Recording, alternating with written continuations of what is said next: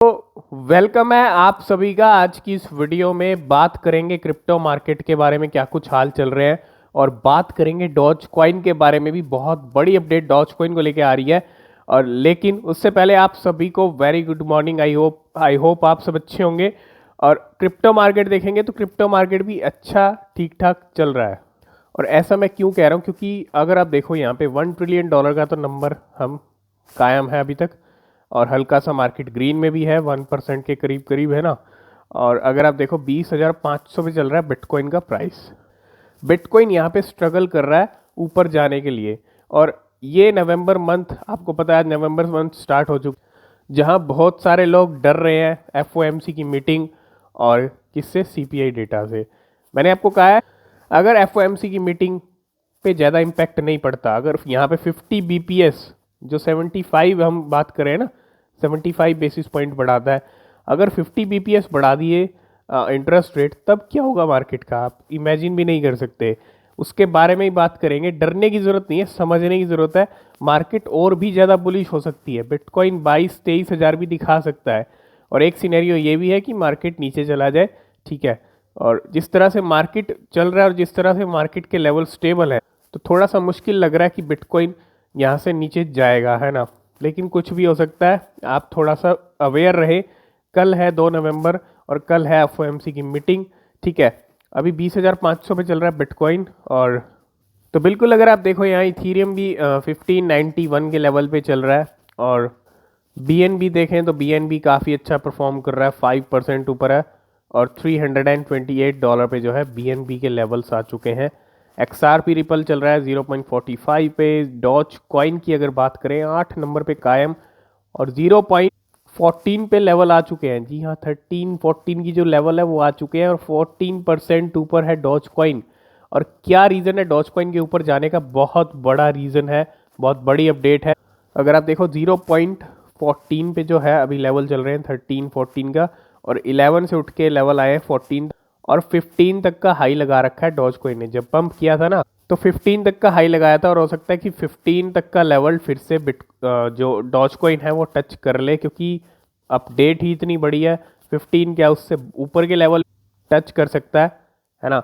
और अभी जो चल रहा है 16,35,000 की नज़र में है, और 14-15% का प्रॉफिट ये फिर से दे रहा है अपने होल्डर्स को, है ना। ये कुछ करंट सिचुएशन है। डॉज कॉइन पंप कर रहा है तो यहाँ पे शिबा इनू भी पंप करता हुआ आपको दिख जाएगा। 6% शिबा इनू चल रहा है ना। अगर हम पोल्का डॉट बात कर लें, $6 थोड़ा सा डाउन है। पॉलीगॉन सोलाना $32, कार्डाइनो 0.40 पे चल रहा है। इसके अलावा अगर हम बात करें शिबा इनू की, तो 1292 के लेवल्स आ चुके हैं, फिर से 13 पे जाने की तैयारी कर रहा है, और 17,92,000 की नज़र में पहुंचने वाला है।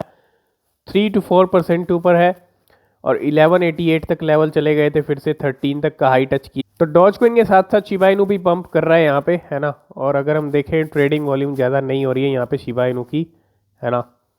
और $7 बिलियन का मार्केट कैप शिबा इनू का आ चुका है।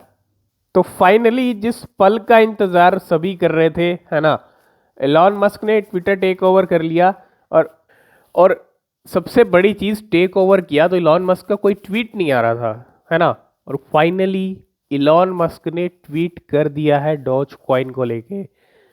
अगर आप देखो 34 मिनट्स पहले ये ट्वीट आया है। और समझदार के लिए इशारा काफ़ी होता है ना।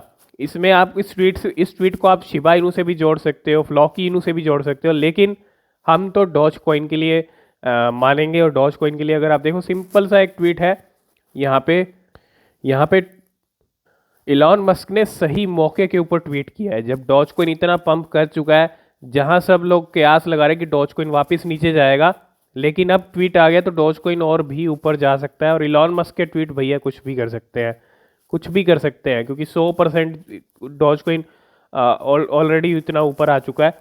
तो ऐसे में अगर आप देखो ट्विटर का यहाँ पे लोगो दिख जाएगा, और ये है फ्लॉकी।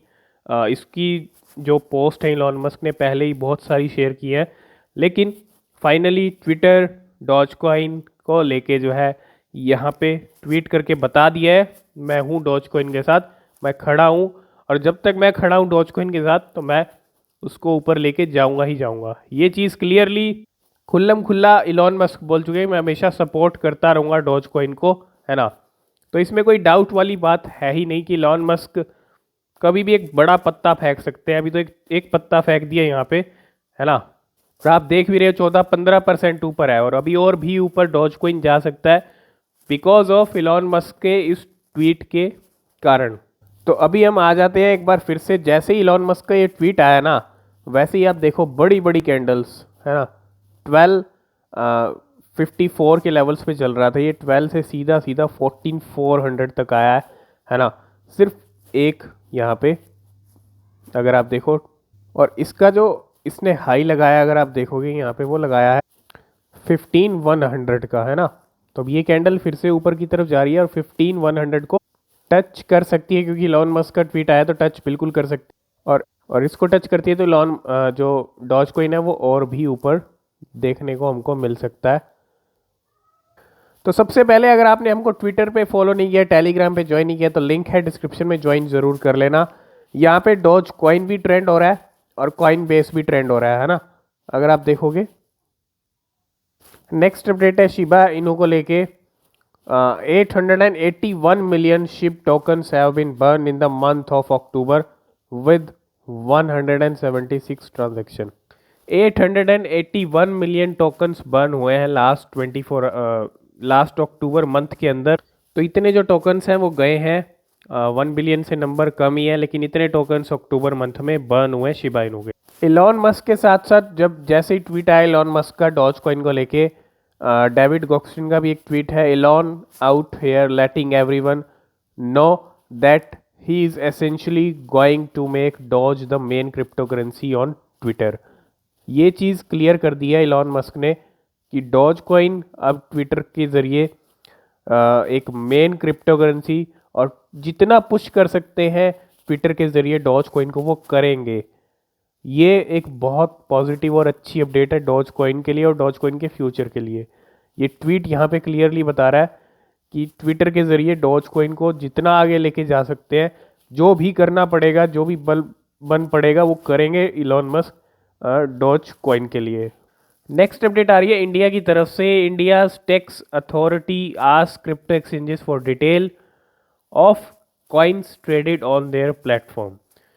तो यहाँ पे जो है डिटेल मांगी गई है, और India tax authority has reportedly ask major cryptocurrency exchanges in the country to provide information pertaining to the coin traded on their platform, and the tax authority is also evaluating the taxability of crypto transaction to determine if the good and service tax GST can be applied to them। तो कुछ यहाँ पे detail मांगी गई है coins को लेके, वो भी इंडियन एक्सचेंजेस से, और Indian crypto exchanges to provide detail of coins traded on their platform to the tax authority. जो India central bank of indirect taxes and customs है, CBIC, उन्होंने ये डिटेल मांगी है। और कहीं ना कहीं अभी भी GST को लेके ना, ताकि ये डिटरमाइन किया जा सके कि GST लगेगा या नहीं लगेगा, मतलब उसको लेके अभी भी GST का यहाँ पे जो है एक रोल बीच में प्ले हो रहा है। तो अभी भी GST लिस्ट से बाहर गया नहीं है, GST को अभी भी यहाँ पे लगाने की कोशिश क्रिप्टो पे चल रही है, और इसीलिए यहाँ पे कुछ कॉइन्स की जो डिटेल्स है वो मांगी गई है क्रिप्टो एक्सचेंजेस से, है ना। तो आपने देखा कॉइन बेस यहाँ पे ट्रेंड हो रहा है, और कॉइन बेस ने यहाँ पे एक तरह से सपोर्ट किया है किसका, रिपल का।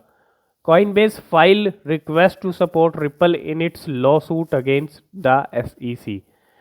तो एक तरह से Coinbase का सपोर्ट मिल रहा है SEC के खिलाफ, जो जो लॉ सूट वाला इशू, ठीक है, वो पूरी तरह सोल्व होता दिख रहा है।